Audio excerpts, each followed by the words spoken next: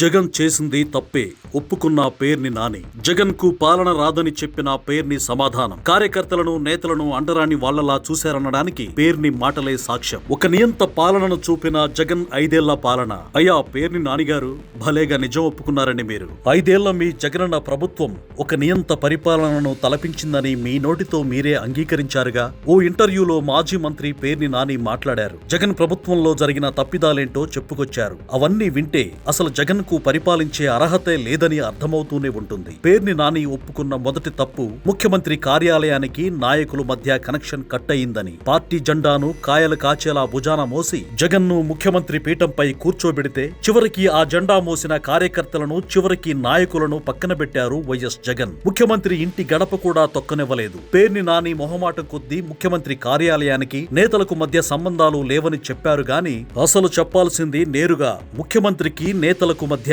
సంబంధాలు కట్ అయ్యాయనే. పక్కా నియంతలా పరిపాలించడానికి పేర్ని నాని చెప్పిన ఈ పాయింటే సాక్ష్యం.